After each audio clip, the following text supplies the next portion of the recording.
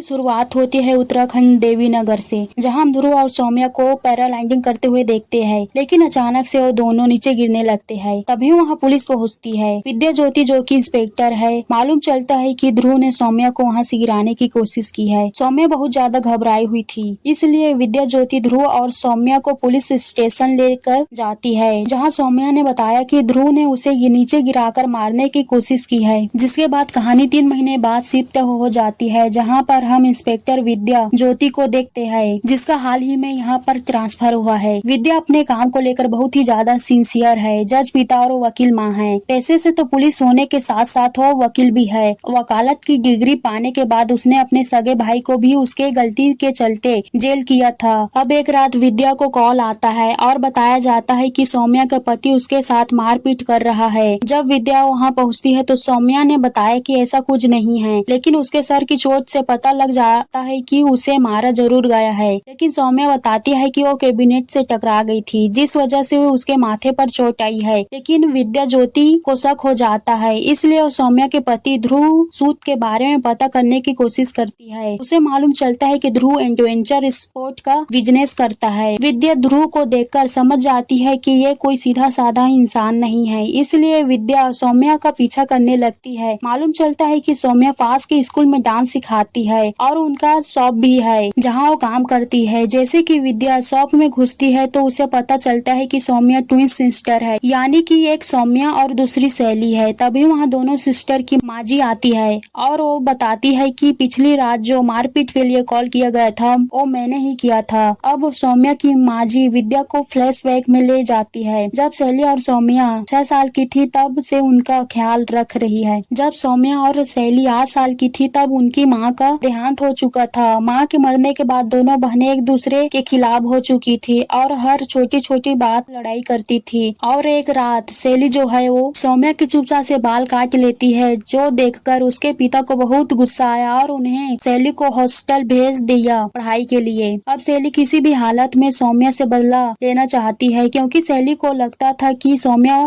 बस ड्रामा कर रही है ताकि लोगों की सिंपैथी पा सके। लेकिन माँ के गुजर जाने के बाद सौम्या की हालत सच में बिगड़ चुकी थी। उसे अस्थमा हो चुका था और उसकी दिमागी हालत भी बिगड़ने लगी थी। अब यह सारी कहानी माँ जी यहाँ पर विद्या को बताती है। फिर माँ जी बताती है कि सालों पहले सौम्या की मुलाकात ध्रुव सूद से हुई थी। सौम्या बहुत ही सहाय किस्म की लड़की है और वो लोगों से घुलना मिलना बहुत ही कम पसंद करती है और उसे ऊंचाई से भी डर लगता है। लेकिन उसे ध्रुव पसंद आ गया था। उसके कहने पर वो उसके साथ पैराग्लाइडिंग करने के लिए चली जाती है और वो वहाँ पर एंजॉय करती है और यहाँ से उनकी रिलेशनशिप स्टार्ट हुई थी। दोनों एक दूसरे को पसंद करने लगे थे, लेकिन सौम्या के अंदर ध्रुव के लिए फीलिंग आ गई थी, इसलिए ध्रुव को चाचा जी और माँ जी से मिलवाने के लिए ले जाती है। लेकिन तभी वहाँ शैली आ जाती है। शैली सालों बाद वहाँ पर लौटी थी, जो देखकर सौम्या घबरा जाती है, क्योंकि उसे मालूम था कि शैली उसके साथ कभी भी अच्छा नहीं कर सकती। शैली यहाँ आकर ध्रुव के साथ फ्लर्टिंग करना स्टार्ट कर देती है, जबकि उसके सामने माँ जी और चाचा जी भी थे, लेकिन उसे परवाह नहीं है। यह देखकर सौम्या को बहुत ज्यादा बुरा लगता है। बाद में जब शैली सौम्या से मिलने के लिए उसके रूम में जाती है और सौम्या से कहती है कि तेरे टीम में तो माँ जी और चाचा जी है और मेरे टीम में कोई भी नहीं है, तो क्यों ना मेरे टीम में ध्रुव हो जाए। ये सुनने के बाद सौम्या को बुरा लगा। कुछ दिन बाद शैली ध्रुव के नजदीक जाने की कोशिश कर रही थी और सौम्या ये नोटिस कर रही थी। एक दिन ध्रुव सौम्या से कहता है कि शैली मेरी टाइप की है, ऐसा लगता है कि हम दोनों एक दूसरे के लिए बने हैं। यह सुनने के बाद सौम्या को बहुत बुरा लगा और अगले दिन से ही ध्रुव और शैली की लव स्टोरी स्टार्ट हो जाती है। दोनों एक दूसरे के साथ बहुत सारा टाइम स्पेंड करने लगे थे, जो सौम्या देख रही थी और यही चीज जो है वह सौम्या बर्दाश्त नहीं कर पा रही थी। और एक दिन उत्तराखंड टूरिज्म मिनिस्टर ध्रुव के पास एक डील करने के लिए आते हैं। यह 1500 करोड़ की डील होने वाली, लेकिन डील इससे पहले स्टार्ट हो पाते वहाँ शैली बहुत शराब पीकर यहाँ उल्टी सीधी हरकतें करने लगती है। यह सब टूरिज्म मिनिस्टर को अच्छा नहीं लगा और वो वहाँ से चले जाते हैं। एंड रात को ध्रुव के पास उसके पिता का कॉल आता है, जो बहुत बड़े मिनिस्टर है, जो ध्रुव को बताते हैं कि टूरिज्म मिनिस्टर ने डील कैंसिल कर दी है, क्योंकि उन्होंने देख लिया है कि तुम कैसे घर में पार्टीज करते हो। ये सुनकर ध्रुव को बहुत बुरा लगता है और अगले दिन ध्रुव जब सौम्या के साथ पैराग्लाइडिंग करने जाता है तो वो सौम्या को शादी के लिए प्रपोज कर देता है, जो सुनकर सौम्या को बहुत अच्छा लगता है। और दूसरी तरफ ध्रुव ने शैली के साथ ब्रेकअप कर लिया था। ये सुनकर शैली को बुरा लगा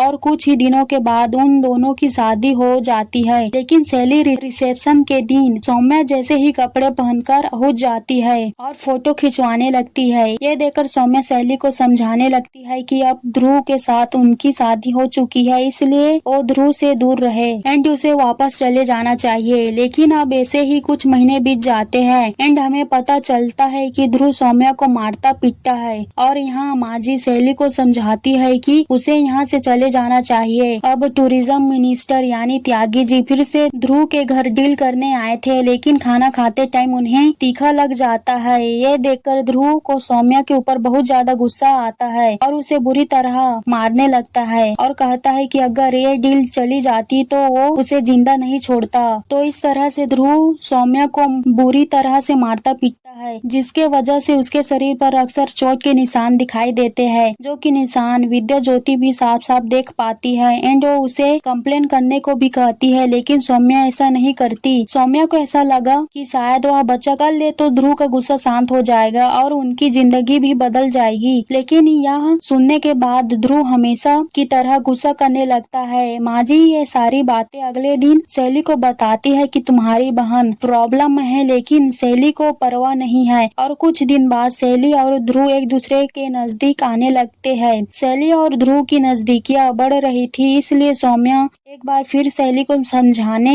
लगती है कि वो दोनों के बीच न आए, लेकिन शैली उसे इनकार कर देती है और कहती है कि क्या तुम्हें अपने प्यार के ऊपर भरोसा नहीं है। अब आगे सौम्या ध्रुव से कहती है कि उन्हें एक बच्चा कर लेना चाहिए, लेकिन ध्रुव को इतना गुस्सा आया कि वो सौम्या को बुरी तरह से अधमरा कर दिया था। यह देखकर सौम्या को बहुत ज्यादा बुरा लगा, लेकिन फिर भी वह सहन कर रही थी। वह कंप्लेन तक नहीं कर पा रही थी। विद्या उसे बार बार कहती है कि उसे कंप्लेन कर लेना चाहिए, वरना उसकी जान जा सकती है। इसके बाद विद्या यहाँ ध्रुव के बारे में पता करने लगती है और उसे पता चलता है कि हरियाणा में ध्रुव के खिलाफ अटेम्प्ट टू मर्डर का केस है और हरियाणा में ऐसे बहुत सारे केस ध्रुव के खिलाफ दर्ज भी है। अब कुछ दिनों के बाद ध्रुव जब घर जाता है तो माजी उसे कहती है कि अगली बार सौम्या को हाथ लगाया तो वो खुद जाकर पुलिस कंप्लेन कर देगी। लेकिन ध्रुव वहाँ पर माजी को समझाता है कि आप कंप्लेन मत करना, वरना मैं सबको बता दूंगा कि सौम्या डिप्रेशन की दवाइयाँ खाती है और वह पागल है। और ये सारी बातें सौम्या सुन लेती है और उसे बहुत ज्यादा बुरा लगता है और अपनी माँ की साड़ी पहनकर शॉप में पहुँचती है, जहाँ पर कि वह उल्टी सीधी हरकतें कर रही थी, जो शैली देख रही थी। लेकिन शैली वहाँ सौम्या को कुछ भी नहीं कहती और वहाँ से चली जाती है। बाद में ध्रुव विद्या के घर पर पहुँचता है और उसे मालूम चला कि उसकी इन्वेस्टिगेशन करने के लिए हरियाणा में पहुंच चुकी है। वो उसे समझाता है कि वो ऐसा ना करे, वरना उसके साथ बहुत कुछ बुरा हो सकता है। और ध्रुव वहां से चला जाता है। जहां से जाने के बाद वो शैली से कहता है कि उसे अब सौम्या के साथ नहीं रहना, तो अच्छा होगा कि मैं उसे छोड़ दूं। दूर से यह सारी चीजें विद्या देख रही थी। अब अगले दिन विद्या पुलिस स्टेशन में ध्रुव और सौम्या को बुलाते हैं और सौम्या से कहती है कि उसे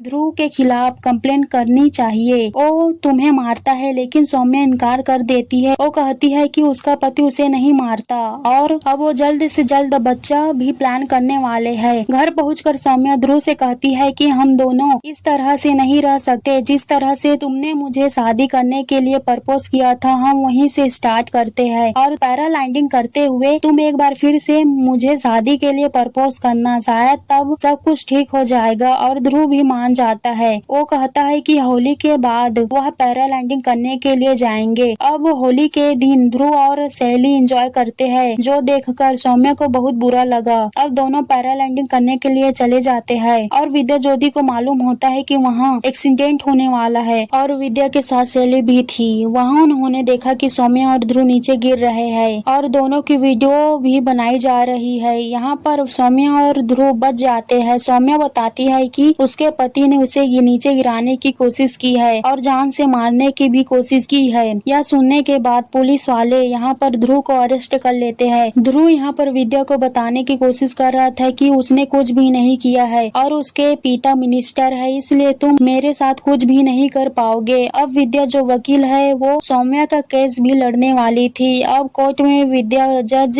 को बताती है कि ध्रुव सौम्या को मारता पीटता है और अब ध्रुव ने यहाँ सौम्या को जान से मारने की भी कोशिश की है। अब सौम्या से पूछा जाता है कि उस दिन क्या क्या हुआ था। सौम्या बताती है कि जब वो दोनों आसमान में थे तब ध्रुव ने बीच रास्ते में ही पैराशूट का हार्नेस खोल दिया था। और जब ध्रुव से पूछताछ की जाती है तो ध्रुव बताता है कि सौम्या एक नंबर की पागल लड़की है जो डिप्रेशन की दवाइयाँ खाती है, जो सारी दवाइयाँ वो जज को भी बताता है। साथ ही वो यह भी बताता है कि सौम्या हमेशा काम करते हुए उसके शरीर पर चोट लगती रहती थी और उसे लगता था कि यह सारी चोट मैं उसे दे रहा हूँ। जिसके बाद शैली को कटघरे में बुलाया जाता है और शैली से पूछा जाता है कि क्या ध्रुव शैली को मारता पीटता था, लेकिन शैली कहती है कि उसने तो कभी नहीं देखा, लेकिन उसके शरीर पर चोट के निशान उसने देखे हैं और सौम्या को ऊंचाई से डर लगता है और उसे पैराग्लाइडिंग करना भी नहीं आता। तो अगर सौम्या को पैराग्लाइडिंग करना नहीं आता तो यहाँ पर विद्या यह बात साबित कर देती है कि फिर हार्नेस को जरूर ध्रुव ने ही खोला होगा। यह चीज यहाँ पर विद्या ने कोर्ट पे साबित कर दी होती है, जिस वजह से यहाँ ध्रुव को 12 साल की जेल हो जाती है। इस तरह से विद्या एक केस जीत जाती है और उसकी तारीफ भी होती है। जब शैली यहाँ से जा रही होती है तब वह सौम्या को देखकर कुछ इशारे कर रही थी, लेकिन ये इशारे विद्या भी देख लेती है। अब विद्या को धीरे धीरे समझ आने लगा था कि शायद कुछ गड़बड़ है। दूसरी तरफ माजी से शैली बात कर रही थी। शैली माजी से कहती है कि उन दोनों बहनों ने जो कुछ भी किया है वो बहुत ही सोच समझ कर किया है। अब शैली माजी को उस रात के बारे में बताती है। वह कहती है कि जब ध्रुव ने सौम्या को बुरी तरह से मारा पीटा था तब सौम्या शॉप में आई थी जहाँ पर मैं भी मौजूद थी। मैं वहाँ से घर जाने वाली थी, लेकिन तभी वो रुक गई क्योंकि सौम्या अजीब तरह से बिहेव कर रही थी। वो एक ही बात दोहराई जा रही थी। वो कह रही थी कि अपनी माँ को नहीं बचा पाई और इस तरह से वो खुद को भी नहीं बचा पाएगी। ध्रुव भी उसे मार देगा और वो भी बचकर निकल जाएगा। यह सारी बातें सुनकर शैली भी हैरान रह जाती है। शैली यहाँ सौम्या से कहती है कि तू एक एक्का है तो हम दो पति है और दो पति अच्छो इक्को का काम बिगाड़ सकती है। दूसरी तरफ विद्या ध्रुव से पूछताछ करने के लिए जाती है और वो पूछती है कि होली के सेलिब्रेशन के बाद कहाँ गए थे। तो यहाँ ध्रुव बताता है कि वो सबसे पहले सौम्या के शॉप पर गए थे। वहाँ वो 5 मिनट रुके थे क्योंकि वहाँ सौम्या का एक इनहेलर रह गया था। विद्या अब समझ चुकी थी कि वहीं पर उन दोनों बहनों की अदला बदली हुई थी और सौम्या की जगह शैली पैराग्लाइडिंग करने के लिए चली गई और वहाँ सौम्या शैली के कपड़े पहनकर शैली के रूप में बदल गई थी। फिर वहाँ पैराग्लाइडिंग करते वक्त जो भी एक्सीडेंट हुआ वह सारा शैली ने किया था। विद्या यहाँ पर ध्रुव से कहती है कि यह सारी बातें तुझे पहले बतानी चाहिए थी। जिसके बाद विद्या तुरंत ही शैली के पास पहुँचती है और उससे कहती है कि दोनों बहनों ने जो खेल खेला है वो उसे समझ चुकी है और वो इस केस को रीओपन भी करने वाली है। लेकिन शैली यहाँ विद्या को समझाने की कोशिश करती है कि ध्रुव वहाँ सौम्या को मारता पीटता था और आज नहीं तो कल ध्रुव सौम्या को जान से भी मार देता। कानून तो सिर्फ सबूत मांगता है, इसलिए हमें यह सब कुछ करना पड़ा। जिसके बाद हम कोर्ट का सीन देख पाते हैं जहाँ पर विद्या इस केस का फिर से रीओपन करने वाली थी, लेकिन शैली कहती है कि वो गिल्टी है और कटघरे में बताती है कि उसकी वजह से उसकी माँ मरी गई थी और हर वो इंसान गिल्टी है जो कि अपने सामने जुर्म होते हुए देखता है और कुछ भी नहीं बोलता। वो अपनी माँ के बारे में बताती है कि उसकी माँ हम दोनों बहनों से बहुत ज्यादा प्यार करती थी, लेकिन उन्हें यह बात नहीं मालूम थी कि हमारे पिता हमारी माँ को बुरी तरह से मारा करते थे। उनकी मारपीट इस कदर तक पहुँच चुकी थी कि उन्होंने हमारी माँ को जान से मार डाला था। वह सब कुछ मैंने अपनी आंखों के सामने देखा, लेकिन हमें चुप कर दिया गया था। मेरे चाचा मेरी बहन हम सब गिल्टी है क्योंकि हम सभी को यह बात मालूम थी और हम कभी नहीं बोल पाए। इसलिए वो सभी से दरख्वास्त करती है कि अगर डोमेस्टिक वायलेंस होता है तो आप आवाज उठाए, वरना आप भी मेरी तरह गिल्टी है। तो विद्या जो केस रीओपन करने वाली थी वो अपना डिसीजन चेंज कर देती है और वो इस केस को रीओपन नहीं करने संभाली। इस तरह से मूवी खत्म हो जाती है।